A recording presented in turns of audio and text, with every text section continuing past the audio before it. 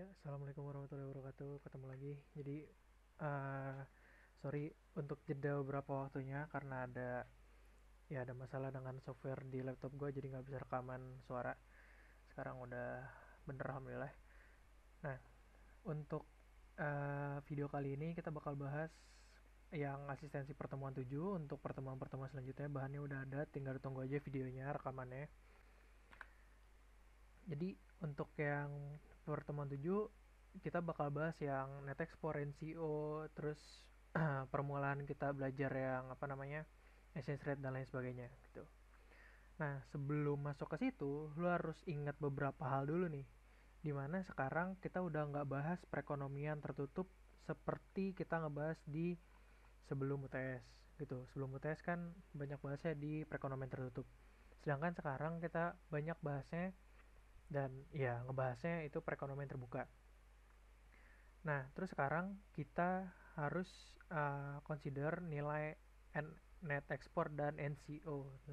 Typo, maaf ya. Terus ada juga hubungan antara suku bunga, terus perubahan atau perbedaan harga di negara-negara, dan juga nilai tukar terhadap perekonomian sebuah negara, utamanya dari ekspor dan impor gitu kan.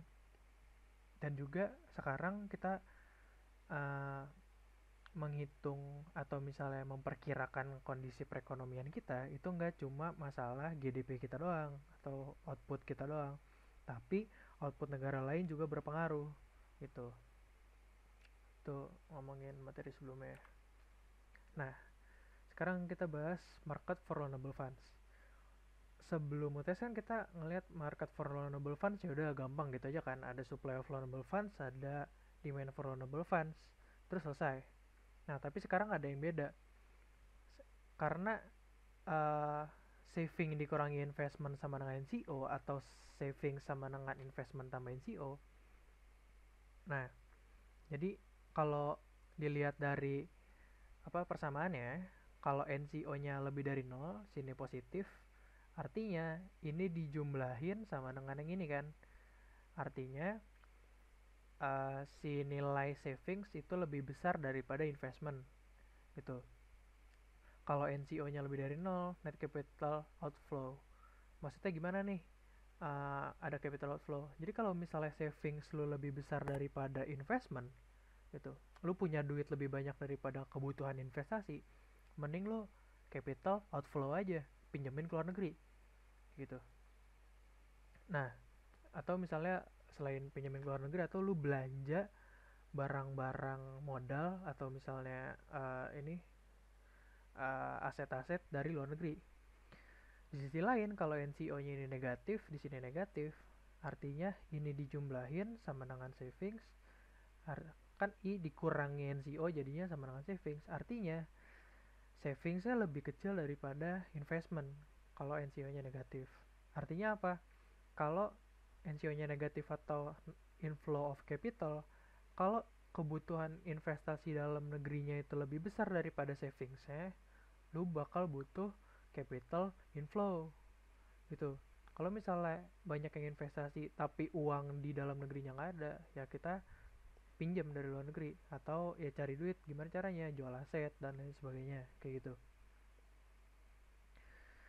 Nah, sekarang ada hubungan antara net capital outflow dan interest rates. Hubungannya itu negatif, jadi dia downward sloping gini. NCO itu berhubungan dengan investasi kan, sehingga berhubungan dengan real domestic interest rates. Kenapa?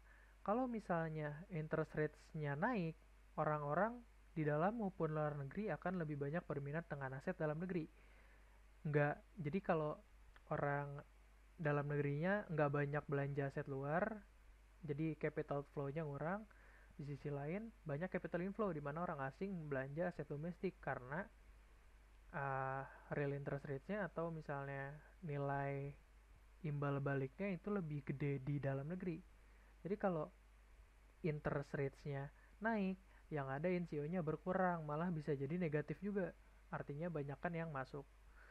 Kalau misalnya interest rates-nya turun, tinggal kebalikannya, NCO makin gede. Kenapa? Karena kalau interest rates turun, orang-orang nggak mau investasi di dalam negeri, akhirnya uangnya keluar gitu. net capital flow-nya positif atau membesar. Nah, terus ada tadi kan kita bahas tentang kurva loanable funds. Kalau awalnya kita itu supply loanable funds itu savings, demand loanable funds sama dengan investment, tapi sekarang jangan lupa karena savings sama dengan investment plus NCO gitu kan. Jadi sekarang ada yang baru nih di sini nih. Nah, ini jadi apa namanya equilibrium point yang baru. Nah, terus uh, kita bisa nyatuin dengan kurva yang NCO tadi. Jadi dengan R-nya yang segini, NCO-nya tuh kita bisa lihat di sini. Ini uh, rangkaian kurva ini penting banget. Gua saranin untuk dipahami bener-bener. Kalau misalnya bingung, coba tanya aja, tanya di kelas atau misalnya tanya chat ke gua bisa. Karena ini kemungkinan besar bakal keluar di ujian akhir gitu. Nah, sekarang kita lihat kalau misalnya ada pergeseran dari kurva supply loanable funds-nya. Entah karena apapun itu, kita bahas kalau misalnya supply loanable funds-nya itu berkurang. Misalnya entah karena defisit pemerintah dan lain sebagainya, misalkan. Sekarang interest rate-nya naik. Yang akan terjadi, NCO-nya juga di sini R-nya juga naik sehingga NCO berkurang. Artinya banyak yang inflow meningkat, yang outflow berkurang lah kayak gitu.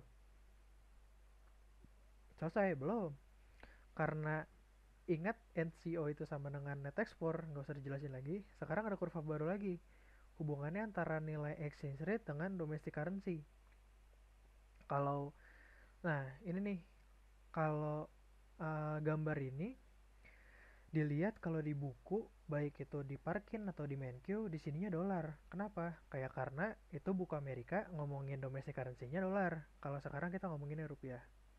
Kalau exchange rate lagi naik, artinya rupiah menguat, yang ada impor bakal naik dan ekspor bakal turun kan. Ini implikasinya permintaan untuk domestic currency akan rendah. Kenapa? Karena kalau misalnya rupiah lagi kuat, gitu kan, orang banyak impor, butuhnya dolar, nggak butuh rupiah kayak gitu lah. Nah, yang ada mereka uh, nyari mata uang asing. Jadi apa namanya? Permintaan domestic currency-nya rendah.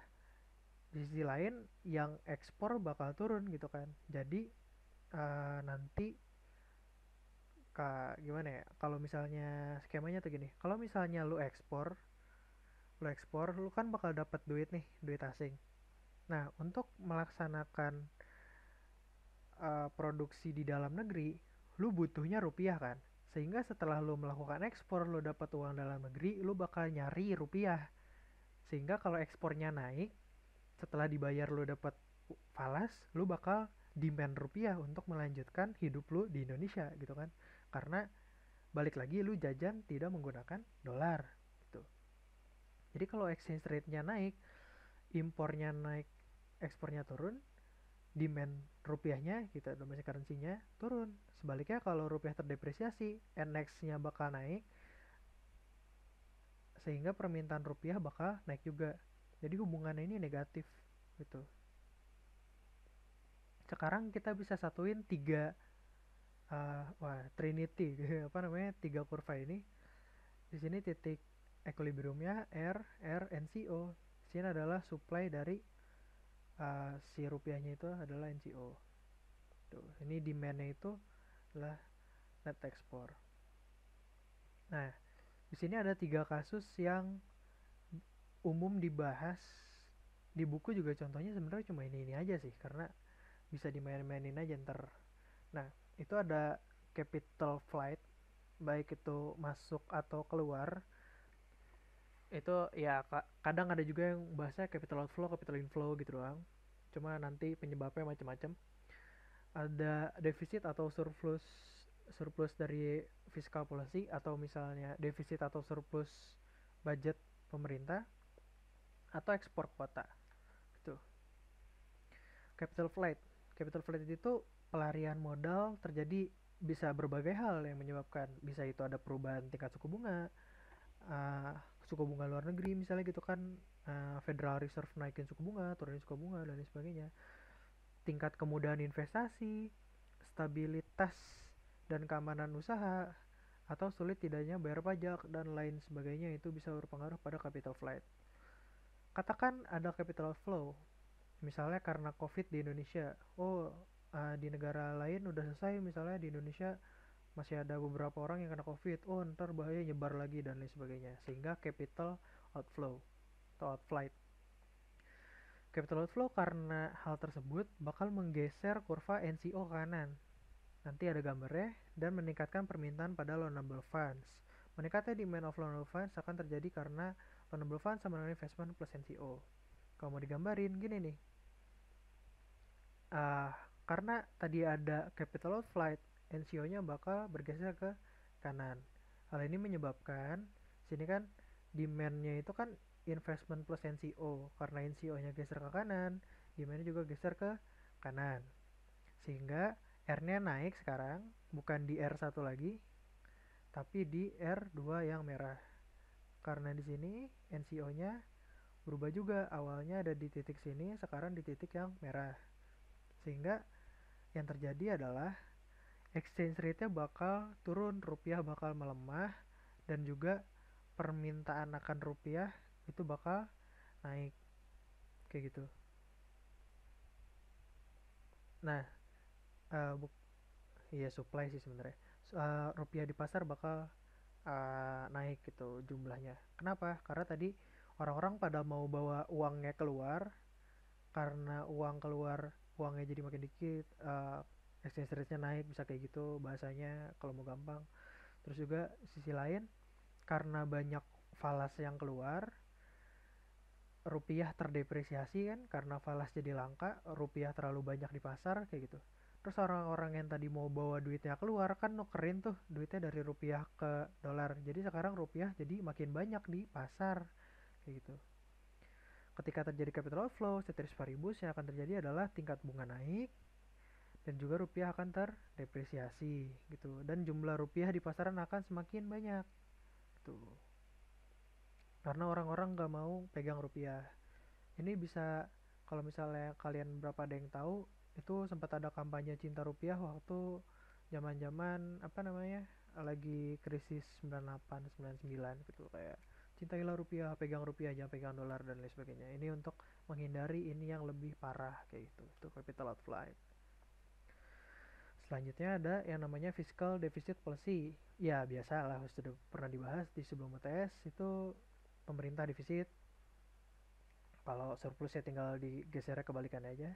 Defisit dari anggaran pemerintah akan menggeser kurva supply loanable funds ke kiri gitu kan. Sehingga titik keseimbangannya bergeser. Dengan bergesernya supply loanable funds ke kiri, itu kan ininya kan naik nih, apa namanya, uh, exchange rate-nya. Nah, kurva NCO-nya nggak ada masalah nih, nggak bergeser. Karena nggak ada apa-apa yang menyebabkan NCO naik atau turun kan. Cuma yang terjadi adalah perubahan titik dari R1 ke R2, sehingga ada movement along the curve dari kurva NCO. Sehingga sekarang titik NCO-nya baru di yang merah, bukan di yang biru lagi. Yang akan terjadi adalah supply dari rupiah itu bakal menurun. Gitu. Jadi sebenarnya kalau misalnya kita lihat dari skema ini, defisitnya pemerintah itu kan naikin suku bunga nih. Gitu. Kemarin udah tahu positif negatifnya.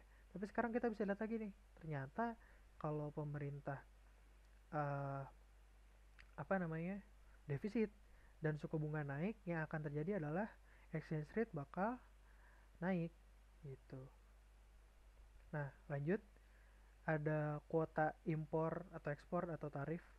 Jadi adanya apa, regulasi yang menghalangi ekspor dan impor ini menyebabkan impor menjadi relatif lebih mahal dari sebelumnya.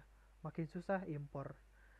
Kalau ada impor kuota atau tarif, nah yang akan terjadi umumnya ceteris paribus ya, itu net ekspor bakal meningkat gitu. Sehingga kurva net ekspor itu akan bergeser ke kanan, implikasinya nilai tukar rupiah, ini kita lihat aja.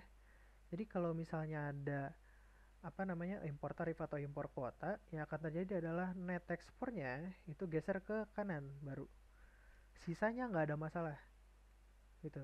Karena nggak ada hubungan sama investment, nggak ada hubungan sama NCO di sini, nggak ada hubungan sama uh, national savings, nggak ada hubungan sama apa namanya, uh, interest rates gitu juga nggak ada perubahan kan. Yang berubah cuma net ekspor doang. Kalau net ekspornya positif, yang akan terjadi adalah exchange rate bakal naik, rupiah akan menguat gitu. Apresiasi nilai domestic currency, tergantung lo pengen bahasnya negara mana kayak gitu.